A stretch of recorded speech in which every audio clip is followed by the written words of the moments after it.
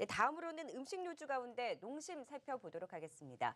최근에 농심과 같은 이 라면 또 이런 전반적으로 음식료 좀 음식료 업체. 업종 자체가 좀 반등하는 흐름을 보였었는데, 그러니까 수출주들이 부진할 때 내수주들이 좀 주목을 받는 모습을 보였어요. 근데 농심 같은 경우에는 급등한 이후에 뭐 기관 수급은 꾸준하게 유입이 되고 있지만 외국인들을 팔면서 추가 상승 좀 이어갈 수 있을까 하는 흐름에 대해서는 좀 의문이 생기는 것 같아요. 좀 어떻게 전망하고 계세요? 네, 최근 라면값 인상 기대감 때문에 좀 큰 폭의 상승세를 보였다가 전일 좀 하락을 했습니다. 아무래도 이것은 뭐 한류 금지령이 결국 식료품 관련주 농심에게도 영향을 주지 않았나라고 예상을 해볼 수 있을 것 같은데요. 식료품 관련주들 우리가 가장 대표적으로 아는 내수주들입니다. 수출주들이 주춤할 때 내수주들이 움직이는 과거 패턴들이 많이 있었는데요. 사실 요즘 같은 경우에는 수출주들이 움직인다고 해가지고 내수주가 빠지고 내수주가 빠진다고 해서 수출주가 가는 상황들도 아니었습니다. 내수주들은 어찌 본다 그러면 주구장창 계속해서 빠지는 상황들이었는데 최근 뭐 기술적인 만능 같은 경우에는 라면값 가격 인상 기대감이 가장 컸다라고 보시면 될 것 같고요.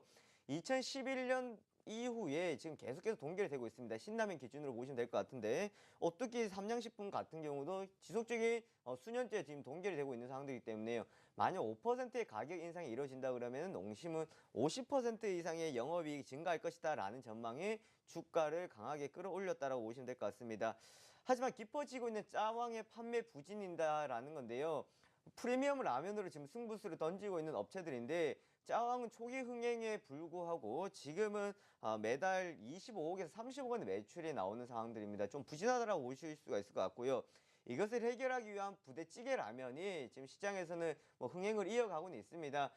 올 100억 원의 매출이 발생이 되고 있습니다만은 이것이 짜왕의 부진을 상쇄하지는 못할 것이다 라는 것이 시장의 전반적인 의견이라고 보시면 될 것 같고요. 거기다가 또한 신제품들 출시가 된다 그러면 마케팅 비용들이 많이 들어가는 상황들이기 때문에 아무리 많이 팔려도 버티지 못한다 그러면 결국은 마케팅 비용을 뽑아낼 수 없는 상황들에 직면한다라고 보시면 될 것 같습니다. 또한 과도한 하락에 따른 기술적 반등이었다라고 보시면 될 것 같고요. 같은 값이면 많이 떨어진 것들 중심으로 해서 좀 내수주들 쪽에서 반등이 나왔던 상황들이었는데 아직까지 연속성에는 조금 의문을 두고 보시면 될 것 같습니다. 사실 최근 들어서는 장대 양봉 이후에 이제 어제 좀 떨어지면서 아직 뭐 추세가 꺾이진 않았던 상황들이었는데요. 단순하게 지지 라인을 보시지 마시고 앞서서 박재영 차장님께서 말씀해 주셨다시피 현대차 같은 수출주들이 또 반등이 나온다고 했을 때는 쏠림의 현상들이 나타날 수 있을 것 같습니다. 그래서 이러한 종목들은 조금 더 우리가 지켜보고 접근하신 전략들이 좋을 것 같고요. 그리고 확실한 실적적인 부분들이 나타나는 것들이 좋을 것 같습니다. 해외 시장에서도 지금 볼륨 성장을 해주고는 있습니다만은 이것들이 내수가 지금 제한적인 상황들이기 때문에 앞으로 상황을 봤을 때는 마케팅 비용 거기다가 지속적인 매출의 발생이 이루어져야만이 지금 농심 같은 경우에도 주가 탄력을 받을 수 있을 것 같고요. 아직까지는 불확실성한 거지만 라면 가격 인상이 된다고 했을 때는 뭐 한 번 정도는 더 탄력이 나올 수 있을 것은 같습니다. 네, 라면 가격이 인상이 돼서 실적으로 반영이 돼야 좀 반등을 기대할 수 있을 정도가 될 것 같습니다. 워낙 또 시장 흐름이 변하고 있기 때문에 고려해야 될 것 같고요. 다음으로는 차바이오텍 살펴보도록 하겠습니다. 최순실 논란으로 줄기세포 관련주들 일제 좀 급락세가 연출이 됐는데 대표적으로 차바이오텍 뭐 부진을 면치 못하고 있어요. 네. 어떻게 바라봐야 될까요?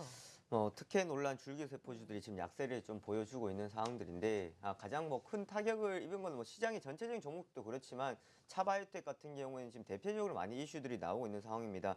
각종 특혜 의혹이 제기가 되는 상황들인데요. 줄기세포 사업과 관련해서 연구 지원을 받았다라는 의혹이 나타나고 있는 상황들이고 지난 5월 달이었습니다. 의료산업 규제를 완화한다라고 하고 난 뒤에 지원을 받았다라는 것. 이것이 순서적으로 봤을 때 충분한 특혜였다라는 것을 볼 수 있을 것 같고요. 그 다음 줄기세포 치료제 사용 의혹이다라는 건데요. 줄기세포는 잘 아시다시피 국내에서 시술이 금지되어 있다라는 겁니다. 여기에 대한 것이 사용되었다라는 것이 아직까지 의혹이기 때문에 사실 시장에서는 이것을 두고 맞다 아니다를 떠나가지고 관련이 되어 있다라는 것이 가장 큰 악재로 작용을 해주고 있다라는 것들입니다. 이러한 내용들이 사실 차움 의원이다라는 건데요. 제가 차바이오텍 기업 탐방 갔을 때에 차움에 대해서 지금 당장 실적이 나오지 않으면서 차움에 대한 것들은 기대감을 많이 걸고 있지는 않은 상황들이었습니다. 그런데 이렇게 부정적인 것들이 나와버리는 상황들이니 긍정적이었던 미국 차 한류도 장로병원의 높은 의존도는 발생되고 있지만 여기서 실적이 나오는 것들을 상쇄하지 못하고 있다는 부분들입니다. 그러면서 지금 같은 상황에서는요. 오히려 내년 3월달 정도 됐던 차바이오텍이 임상실험 같은 경우도 좋을 것이다 라고 예상들을 했었던 상황에서 아마 역풍을 맞지 않았나라고 볼 수 있을 것 같은데요. 그리고 차 한리오드 장로 비용 높은 의존도는 앞으로 해결해야 될 부분인 것 같습니다. 영업이익의 대다수를 차지하고 있는 상황들이기 때문에 이러한 지금 구조성으로 봤을 때는 지금 차 바이오텍은 상당히 좀 주의하고 가셔야 될 것 같겠고요. 기대는 있으나 당장의 성과도 부족하고 불확실성들이 있는 상황들이기 때문에 차 바이오텍에 기대가 되고 있는 할리우드 병원도 있겠지만 지금 전체적인 우리나라의 상황들이나 실적적인 부분들을 봤을 때는 좀 주의하고 하시는 게 좋을 것 같고요. 정말 이것을 접근하고 싶다 하시는 분들은 내년 3월 이후에 다시 차 바이오텍 그때 다시 한번 보시는 전략이 좋을 것 같습니다. 네, 지금 뭐 시장에서 가장 큰 관심을 받는 종목 중에 하나입니다. 워낙에 또 정치적인 리스크를 떠안고 있는 종목이다 보니까 조금 떨어져서 지켜보시는 게 좋을 것 같다는 의견을 좀 주셨고요. 다음으로 코스맥스도 살펴볼 텐데 이 중국의 무역 보복 가능성이 점차 더 확대가 되면서 이 우려 속에 화장품주들까지 일제히 하락세가 연출이 됐어요. 투자 심리가 좀처럼 풀리지 않고 있는 것 같은데 어떻게 좀 판단을 해볼 수 있을까요? 지금 코스맥스 유상증자 이후에 또 한류 금지령이 터지면서 큰 폭의 또 하락세를 보여줬던 상황들이었습니다. 앞서서 더 자세하게 말씀해 주셨기 때문에 추가적인 내용들만 살펴본다 그러면요. 사실 코스맥스 같은 경우에는 지금 상당히 투심이 많이 악화되어 있었던 상황이었습니다. 아무리 지금 시세자금 투자를 한다고 하더라도 유상증자라는 것이 터졌기 때문에 주가 가치 희석에 대한 불안감, 그리고 이것이 실적으로 반영되기까지는 시간이 걸릴 수 있을 것이다. 확인하고 가야 된다는 전략을 보시면 될 것 같고요. 또 화장품 관련주나 이런 엔터주도 쪽에서 가장 대표적인 것이 항상 민감할 때 움직이는 투자 주체가 기관이라고 말씀드렸습니다.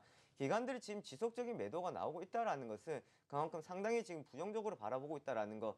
또한 기관들의 움직임에서 그전에 투자되었던 방식에서 좀 종목들 변경들이 많이 이루어졌다라고 보시면 될 것 같겠고요.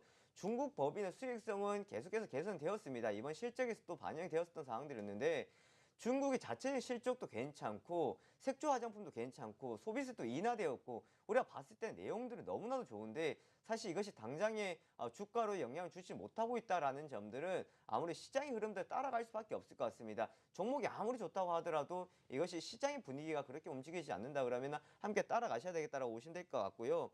회복에는 지금 좀 장기전의 가능성이 있습니다. 특히나 가장 대표적인 게 유상증자라고 말씀드렸던 것처럼 유상증자가 되고 난 뒤에 정말 당장에 이슈가 나오지 않으면 반등하기도 어려운 상황이고 그리고 여러 가지 대외적인 불확실성들이 있는 상황들이기 때문에 앞으로 한류 금지령에 대해서 추가적인 이야기들이 나올 수도 있을 것이다라는 것을 봤을 때는 이것이 뭐 생각보다는 타격이 크지 않다라는 내용들이 나오기 전까지는 조금 더 장기적인 관심으로 보시는 것이 좋을 것 같고요. 접근으로서는 조금 더 기다려주시는 전략이 좋을 것 같습니다.